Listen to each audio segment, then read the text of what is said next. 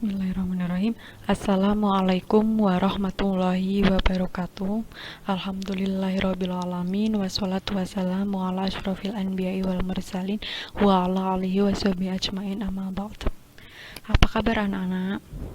Baik, semoga kita semua senantiasa diberikan kesehatan dan keselamatan.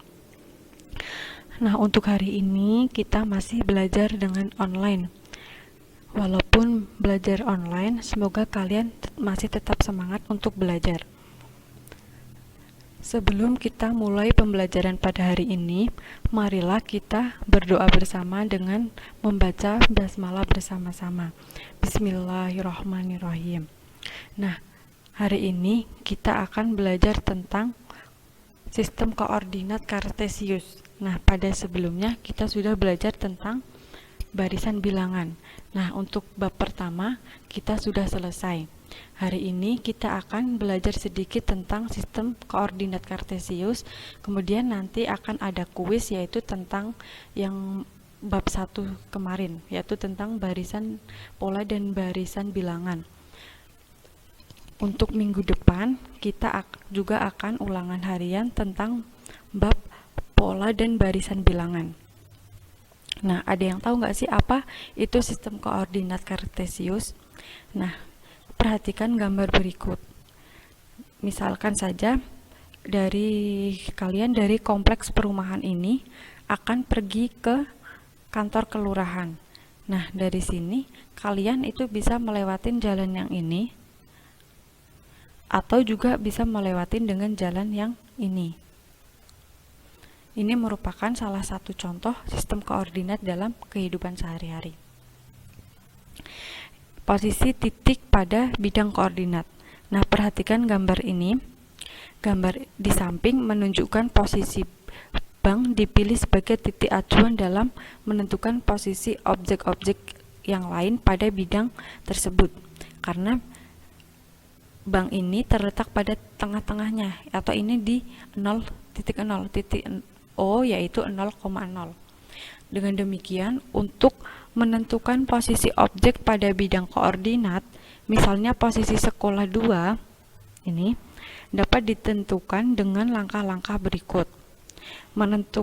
Yang pertama, menentukan jarak horizontal atau mendatar posisi sekolah 2 terhadap sumbu Y. Nah, kalau dalam bidang koordinat ini ada sumbu X dan sumbu Y. Sumbu X-nya adalah ini yang mendatar, sumbu Y-nya adalah yang tegak. Tadi menentukan posisi sekolah 2 terhadap sumbu X, sumbu Y. Sumbu Y-nya adalah ini terhadap sumbu ini. Yang kedua, menentukan jarak vertikal atau tegak posisi sekolah 2 terhadap sumbu X, berarti terhadap sumbu ini. Kemudian yang ketiga, menyatakan posisi objek dalam bentuk X, Y, di mana X adalah jarak horizontal terhadap sumbu Y, X adalah jarak horizontal terhadap sumbu Y, berarti terhadap ini. Jadi dari sini ke sini ini merupakan titik X-nya. Dan Y adalah jarak vertikal terhadap sumbu X. Jadi kalau dari ini ke sini ini merupakan Y-nya. Harus selalu diingat-ingat ya, kalau X menentukan X adalah dari ini yang sumbu garis tegak ini ke ininya, objeknya ini. Tadi kan sekolah 2. Kalau sumbu Y-nya adalah dari garis yang mendatar ke objeknya ini. Perhatikan gambar di samping. Titik A dapat ditentukan berdasarkan jarak yang dimulai dari O, yaitu 5 satuan ke kanan. Dari O ini kan di sini A-nya, berarti ini kan ada 1, 2, 3, 4, 5. 5 satuan ke kanan, dilanjut dengan satuan ke atas, yaitu ada 1, 2, 3, 4. Berarti koordinat Y-nya adalah 4. Dengan demikian titik A berada pada koordinat 5,4. 5 ini disebut koordinat X atau apsis titik A. Untuk 4 disebut koordinat Y atau ordinat titik A. Letak titik B dapat ditentukan berdasarkan jarak yang dimulai dari titik O. B ini bisa dihitung dari titik O, dari sini yaitu 6 satuan ke kiri dari O ke ini B. Ada 1, 2, 3, 4, 5, 6. 6 satuan ke kiri.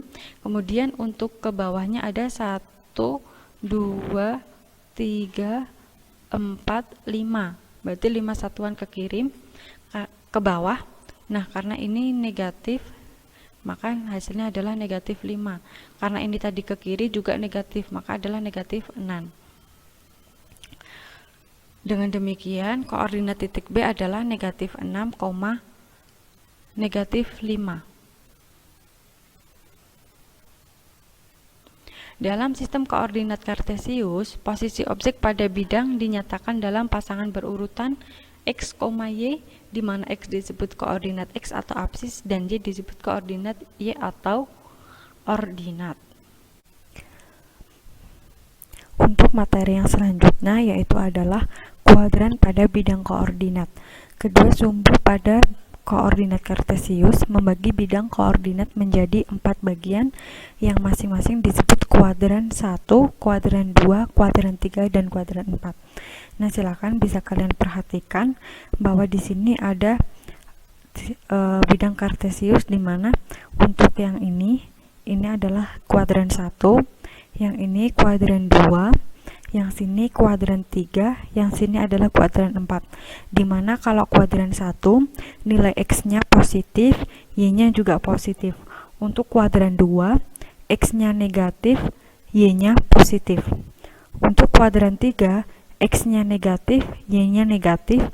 Sedangkan untuk kuadran 4 X-nya positif, Y-nya negatif. Perhatikan gambar di samping. Untuk titik C, koordinat 2,8 berada di kuadran 1, di mana koordinat X ini positif dan koordinat Y-nya positif. Di mana kalau kita lihat pada gambar di sini, koordinat titik C ini berada pada titik 2,8. Kemudian untuk koordinat titik B ini berada di kuadran 2, di mana titik koordinat X-nya itu negatif, yaitu negatif 3, untuk Y-nya positif, yaitu 6. Kemudian untuk titik yang D itu berada di kuadran 3, di mana koordinat X-nya itu negatif, yaitu negatif 1, Y-nya juga negatif, yaitu negatif 5. Untuk titik A di sini berada pada kuadran 4. Kuadran 4 di mana X-nya itu adalah positif, yaitu positif 1, sedangkan Y-nya negatif, yaitu negatif 2. Untuk pertemuan hari ini kita belajarnya cukup sampai di sini. Kemudian setelah ini kalian akan mengerjakan kuis materi tentang barisan dan pola bilangan. Sebelum kita mengerjakan kuis itu, marilah kita akhiri dengan melafazkan hamdalah. Alhamdulillahirabbil alamin. Wassalamualaikum warahmatullahi wabarakatuh.